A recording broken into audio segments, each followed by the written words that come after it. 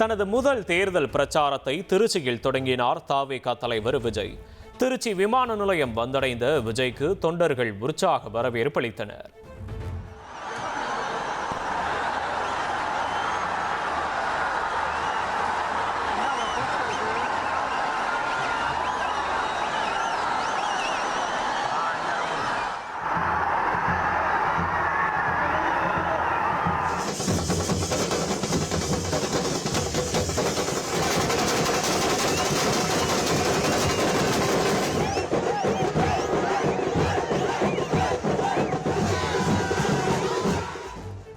திருச்சி விமான நிலையத்தில் விஜயை காண தடுப்புகளை உடைத்துக் கொண்டு தொண்டர்கள் உள்ளே நுழைந்தனர். திருச்சி விமான நிலையத்திலிருந்து அங்குலம் அங்குலமாக விஜயின் வாகனம் நகர்ந்து சென்றது.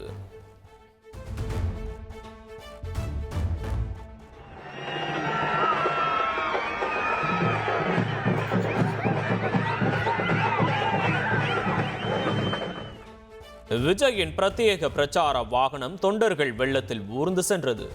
வாகனத்தின் மீது மலர் தூவியும் டிவிகே என முழக்கம் எழுப்பியும் தொண்டர்கள் உற்சாகமடைந்தனர். விஜயை பார்க்க வேண்டும் என்ற ஆவலில் உயரமான மரம், கட்டடங்களில் தவிக தொண்டர்கள் ஏறி நின்றனர். தமிழக வெற்றிக் கழகத்தின் தொண்டர்கள் படையால் திருச்சி திணறியது.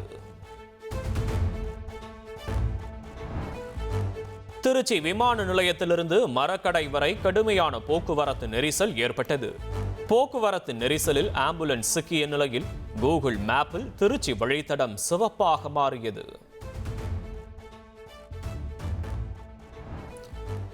திருச்சியில் விஜயை காண குவிந்த கூட்டத்தில் நெரிசல் ஏற்பட்டதால் குழந்தைகள், கர்ப்பிணிகள் உட்பட பலர் மயங்கி விழுந்தனர். மயக்கமடைந்தவர்கள் ஆம்புலன்ஸ் மூலம் மருத்துவமனைக்கு அழைத்து செல்லப்பட்டனர். தவிக தலைவர் விஜய் சுற்றுப்பயணத்தை ஒட்டி திருச்சியில் போக்குவரத்து மாற்றப்பட்டது. ஜங்ஷன் பகுதியிலிருந்து போக்குவரத்து மாற்றம் செய்யப்பட்டதால் பொதுமக்கள், பயணிகள் மிகுந்த சிரமத்திற்கு ஆளாகினர். திருச்சி விமான நிலையத்திலிருந்து மரக்கடை வரையிலான 13 கிலோமீட்டர் தொலைவை 4.5 மணி நேரத்திற்கு பின் விஜயின் வாகனம் சென்றடைந்தது. காலை 10:30 மணிக்கு விஜய் பேச அனுமதி வழங்கப்பட்டிருந்த நிலையில் மதியம் 2:30 மணிக்கு மேல்தான் விஜய் பேசினார். ஒரு எமோஷனல் ஹலோ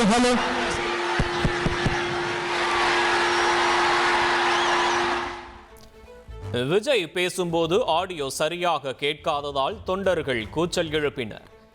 நேரலை ஒளிபரப்பிற்கான மைக் பயன்படுத்தப்படாததால் பிரச்சனை ஏற்பட்டதாக கூறப்படுகிறது. மரக்கடை பகுதியில் வைக்கப்பட்டிருந்த ஸ்பீக்கருக்கான மைக்கில் மட்டும் விஜய் பேசினார். போருக்கு செல்பவர்கள் குலதெய்வ கோயிலுக்கு சென்று வழிபடுவது வழக்கம் என திருச்சிக்கு வந்தது குறித்து விஜய் பேசினார். திருச்சியில் தொடங்கினால் திருப்புமுனை ஏற்படும் எனவும் கூறினார். போருக்கு போறதுக்கு முன்னாடி போர்ல ஜெயிக்கிறதுக்காக குலதெய்வம் கோயிலுக்கு போய் சாமியை கும்பிட்டு தான் போருக்கு போவாங்களாம். அந்த மாதிரி அடுத்த வருஷம் நடக்க போற ஜனநாயக போருக்கு தயாராகிறதுக்கு முன்னாடி நம்ம மக்களை உங்க எல்லாரையும் பார்த்துட்டு போலான்னு வந்திருக்கிறேன். திருச்சியில தொடங்கின எல்லாமே திருப்புமுனை அமையும்னு சொல்லுவாங்க. 1974ஆம் ஆண்டு எம்ஜிஆர் முதல் மாநாடு நடத்தியது திருச்சியில் தான் என விஜய் தெரிவித்தார். எங்கள் கொள்கை தலைவர் பெரியார் வாழ்ந்த மண் திருச்சி எனவும் குறிப்பிட்டார்.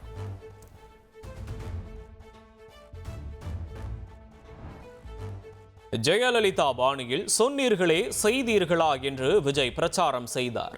நீட் தேர்வு, கல்வி கடனை ரத்து செய்வோம் என்று சொன்னீர்களே, அதை செய்தீர்களா என கேள்வி எழுப்பினார்.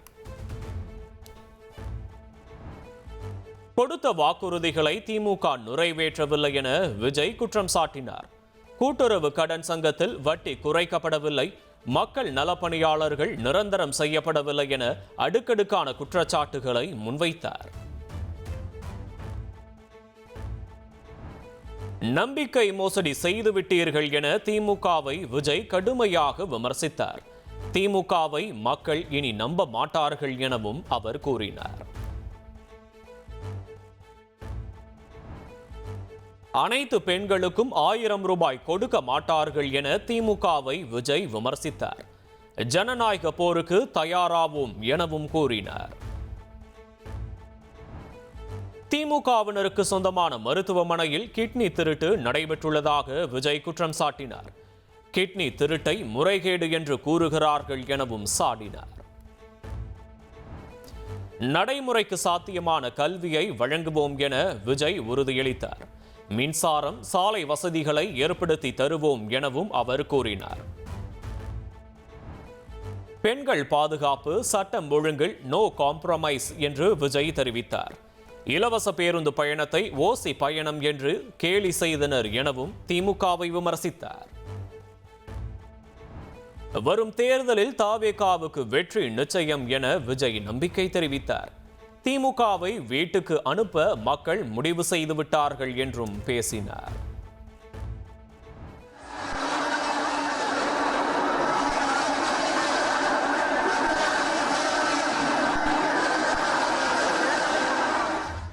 திருச்சியில் விஜய் பேசிக் கொண்டிருந்த போது ஆம்புலன்ஸ் ஒன்று கூட்டத்திற்கு நடுவே வந்தது. அப்போது தொண்டர்கள் விலகி நின்று ஆம்புலன்ஸுக்கு வழிவிட்டனர். திருச்சியிலிருந்து 5 மணி நேர பயணத்திற்கு பின் விஜய் அரியலூர் சென்றடைந்தார். வழி நெடுக்கிலும் தொண்டர்கள் உற்சாக வரவேற்பளித்தனர். அரியலூரில் பேச ஆரம்பிக்கும் போது தாமதத்திற்கு விஜய் மன்னிப்பு கேட்டார். திருச்சியில் மைக் வேலை செய்யாததால் அரியலூரில் 2 மைக்குகளை வைத்து விஜய் பேசினார். சாரி, கொஞ்சம் லேட் ஆயிடுச்சு. எல்லாரும் எப்படி இருக்கீங்க? சாரி, கொஞ்சம் லேட் ஆயிடுச்சு.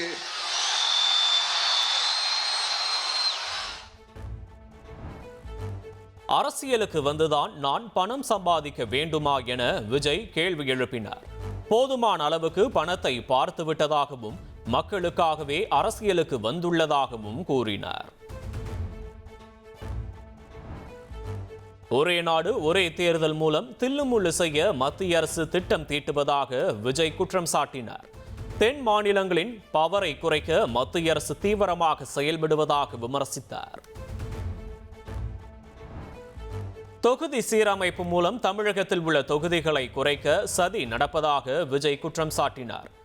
ஓட்டு திருட்டு பெரிய பிரச்சனையாக இருப்பதாகவும் கூறினார்.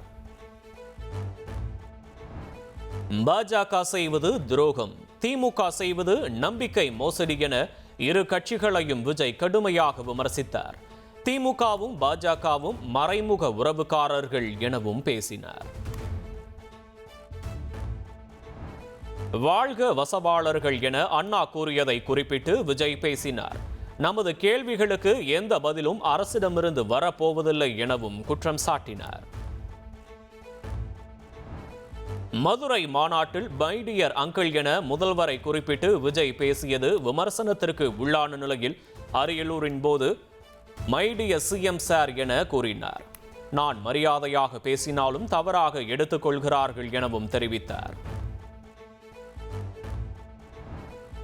திமுக அரசு தொடர்ந்து மக்களை ஏமாற்றுவதாகவும் தேர்தல் வாக்குறுதிகளை நிறைவேற்றவில்லை என்றும் விஜய் குற்றம் சாட்டினார்.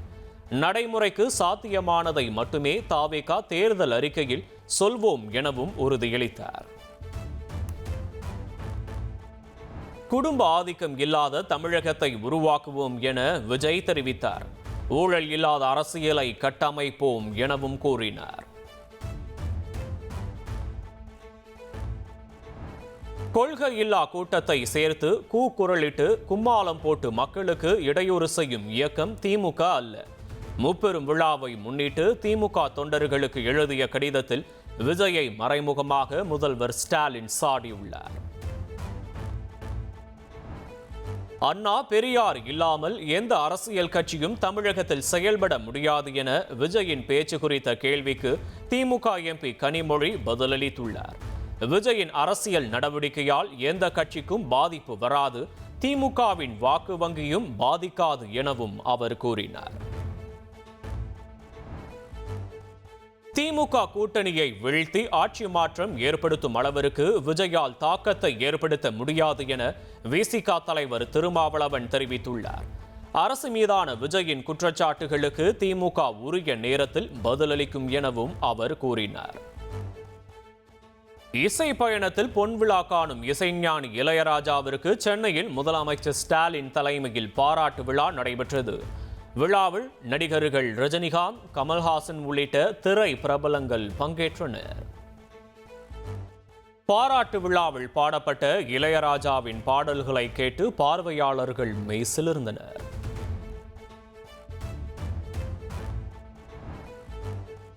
பாராட்டு விழாவில் இளையராஜா அரங்கேற்றிய சிம்போனியை கேட்டு முதல்வர் ஸ்டாலின் எழுந்து நின்று கைதட்டி உற்சாகப்படுத்தினார். ஒட்டுமொத்த அரங்கமும் எழுந்து கைதட்டி உற்சாகப்படுத்தியது.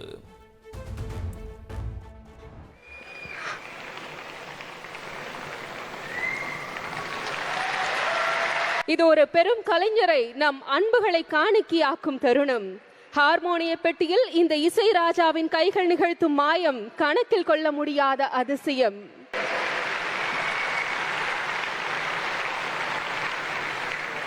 மாண்புமிகு முதலமைச்சர் அவர்களுக்கு மாண்புமிகு தமிழ் வளர்ச்சி மற்றும் செய்தித்துறை அமைச்சர் அவர்கள் நினைவு பரிசு வழங்கி சிறப்பிப்பார்கள். ஹார்மோனிய பெட்டியில் இளையராஜா இசையமைப்பது போன்ற நினைவு பரிசை இளையராஜாவுக்கு வழங்கி முதலமைச்சர் ஸ்டாலின் கௌரவித்தார். ரஜினி, கமல் உள்ளிட்டோருக்கும் நினைவு பரிசு வழங்கப்பட்டது. இளையராஜாவுக்கான பாராட்டு விழாவில் பாடல் பாடி நடிகர் கமல்ஹாசன் வாழ்த்து தெரிவித்தார்.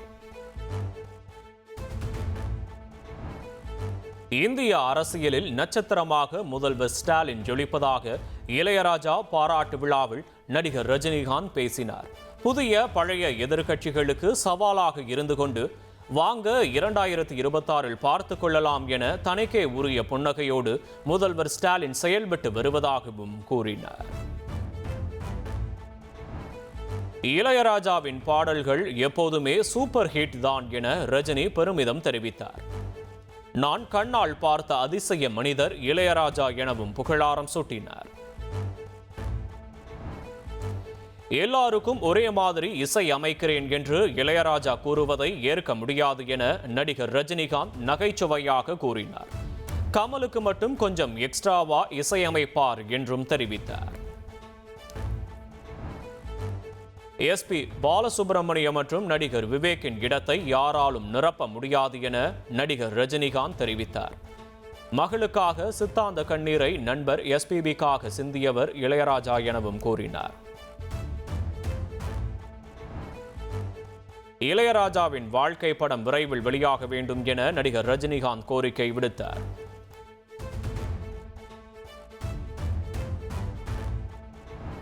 இளையராஜா இணையற்ற ராஜா என முதல்வர் ஸ்டாலின் புகழாரம் சூட்டினார். ராஜாதி ராஜன் இளையராஜா எனவும் பெருமிதம் தெரிவித்தார்.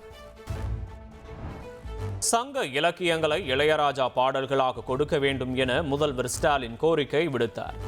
கலை தாய்க்கு மட்டுமல்ல தமிழ் தாய்க்கும் சொந்தமானவர் இளையராஜா என்று தெரிவித்தார்.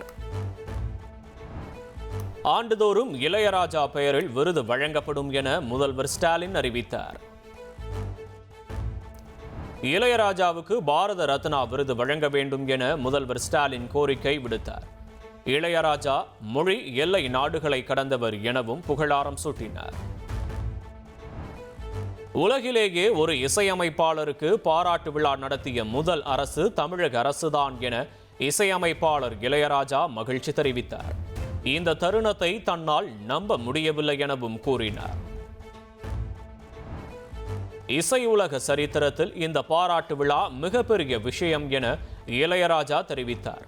35 நாட்களில் சிம்போனி எழுதியதாகவும் கூறினார்.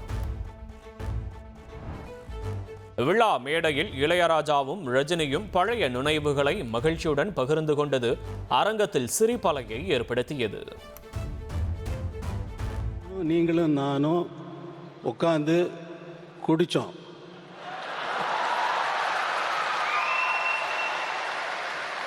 இல்லை, நீங்கள் அவர் அரை பாட்டில் பீரை குடிச்சிட்டு ஆட்டம் இருக்கு பாருங்க அப்படின்னாரு.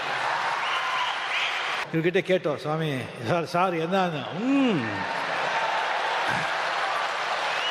பேர் ஆஃப் பாட்டில் பேர் அடிச்சுட்டு ஒரு போட்ட ஆட்டோ இருக்க. ஐயோ ஐயோ ஐயோ ஐயோ 3 மணி நைட் வரைக்கும். மேடையில் பேச்சை நிறைவு செய்யும் போது ரசிகர்களின் கோரிக்கையை ஏற்று ஜனனி ஜனனி பாடலை இளையராஜா பாடினார்.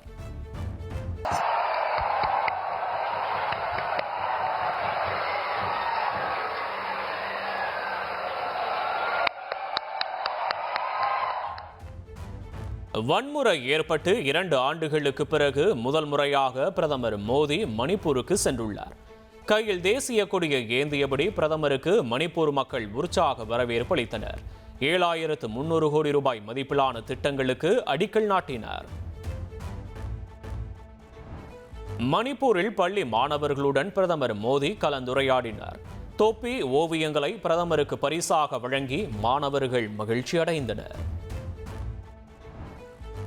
மணிப்பூரில் அனைத்து அமைப்புகளும் அமைதி பாதைக்கு திரும்ப வேண்டும் என பிரதமர் மோடி வலியுறுத்தினார். நான் எப்போதும் மணிப்பூர் மக்களுடன் இருப்பேன் என உறுதியளித்தார். காஷ்மீர் வருவதை பிரதமர் மோடி தவிர்ப்பதாக அம்மாநில முதலமைச்சர் ஒமர் அப்துல்லா குற்றம் சாட்டினார். இந்தியா பாகிஸ்தான் கிரிக்கெட் போட்டி நடப்பது தவறில்லை எனவும் அவர் கூறினார். நேபாளத்தில் புதிய பிரதமருக்கான நாடாளுமன்ற தேர்தல் 2026ஆம் ஆண்டு மார்ச் 5ஆம் தேதி நடைபெறும் என அறிவிக்கப்பட்டுள்ளது. அனைவரும் ஒத்துழைக்க வேண்டும் என நேபாள குடியரசுத் தலைவர் பவுடேல் வேண்டுகோள் விடுத்துள்ளார். பசி, வேலையின்மை, வறுமை மலிந்துவிட்டால் இந்தியாவிலும் புரட்சி வெடிக்கும் என முன்னாள் மத்திய அமைச்சர் ப. சிதம்பரம் தெரிவித்துள்ளார். எப்போது வெடிக்கும், யார் தலைமை தாங்குவார்கள், எங்கு தொடங்கும் என்பதை சொல்ல முடியாது எனவும் அவர் கூறினார். வக்பு திருத்த சட்டம் 2025ஐ நிறுத்தி வைக்க கோரிய மனுக்கள் மீதான இடைக்கால உத்தரவை செப்டம்பர் 15ஆம் தேதி உச்சநீதிமன்றம் அறிவிக்கிறது. உச்சநீதிமன்ற தலைமை நீதிபதி PR கவாய், நீதிபதி அகஸ்டின் ஜார்ஜ் மாசி ஆகியோர் அடங்கிய அமர்வு உத்தரவை வழங்குகின்றனர். நிலுவை வழக்குகளுக்கு தீர்வு காணும் வகையில் மாநிலம் முழுவதும் தேசிய லோக் அதாலத் நடைபெற்றது. லோக் அதாலத் மூலம் 90,892 வழக்குகளில் 718 கோடி ரூபாய் இழப்பீடாக வழங்கப்பட்டுள்ளது. சென்னையில் ஆபரண தங்கத்தின் விலை சவரனுக்கு 160 ரூபாய் குறைந்தது. ஒரு சவரன் தங்கம் 81,760 ரூபாய்க்கு விற்பனையாகிறது. தசரா விழாவை ஒட்டி நெல்லை, மைசூர் இடையே சிறப்பு ரயில் இயக்கப்படுவதாக அறிவிப்பு வெளியாகியுள்ளது. வரும் 15ஆம் தேதி முதல் நவம்பர் 24ஆம் தேதி வரை மைசூரில் இருந்து திங்கட்கிழமைகளிலும் மறுமார்க்கத்தில் செவ்வாய்க்கிழமைகளிலும் சிறப்பு ரயில்கள் இயக்கப்படுகிறது.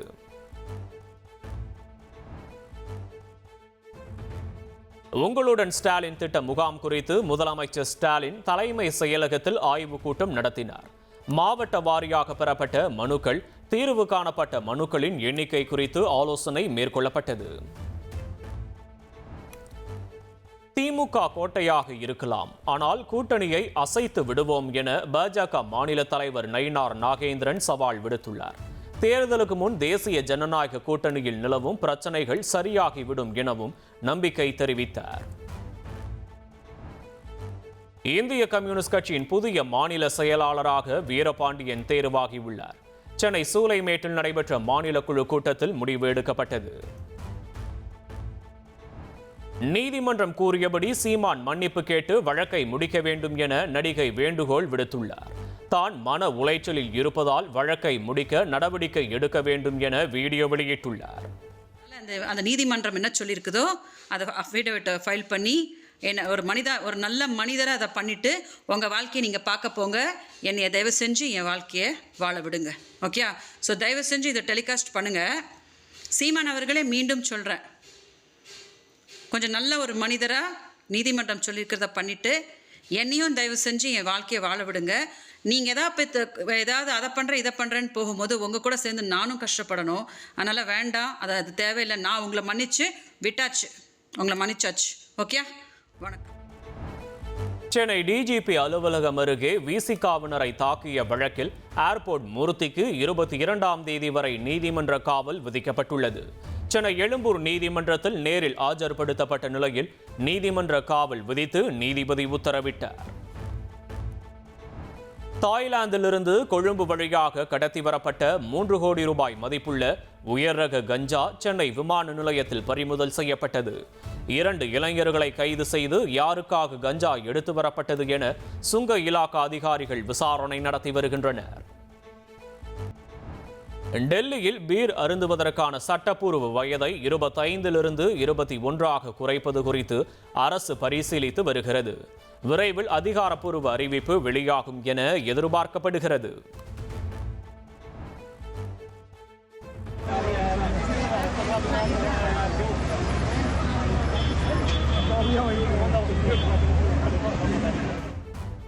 ஹிமாச்சலில் உள்ள கிண்ணவூர் மாவட்டத்தில் பேருந்து நிலையத்தில் ஏற்பட்ட நிலச்சரிவால் சரக்கு வாகனம் சாலையின் விளிம்பில் தொங்கியது. இதனால் பரபரப்பு ஏற்பட்ட நிலையில் கிரேன் இயந்திரம் மூலம் சரக்கு வாகனம் பத்திரமாக மீட்கப்பட்டது. ரஷ்ய எண்ணெய் வாங்குவதை நிறுத்திவிட்டு நேட்டோ நாடுகள் ரஷ்யாவிற்கு எதிராக ஒருங்கிணைந்த பொருளாதார தடைகளை விதிக்க வேண்டும் என ட்ரம்ப் வலியுறுத்தியுள்ளார். சீனா மீது 50% முதல் 100% வரையிலான வரிகளை விதிக்க வேண்டும் எனவும் தனது திட்டத்தை பின்பற்றினால் யுக்ரைனில் போர் விரைவாக முடியும் எனவும் ட்ரம்ப் கூறியுள்ளார். சமூக வலைதளங்களிலிருந்து விலகி இருப்பதாக நடிகை ஐஸ்வர்யா லட்சுமி முடிவெடுத்துள்ளார். நடிகையின் முடிவால் அவரது ரசிகர்கள் வருத்தத்தில் உள்ளனர். ஆசிய கோப்பை கிரிக்கெட் தொடரில் ஞாயிற்றுக்கிழமை இந்தியா பாகிஸ்தான் மோதல். துபாய் மைதானத்தில் இரவு 8 மணிக்கு போட்டி தொடங்குவதால் மிகுந்த எதிர்பார்ப்பில் ரசிகர்கள் காத்திருக்கின்றனர்.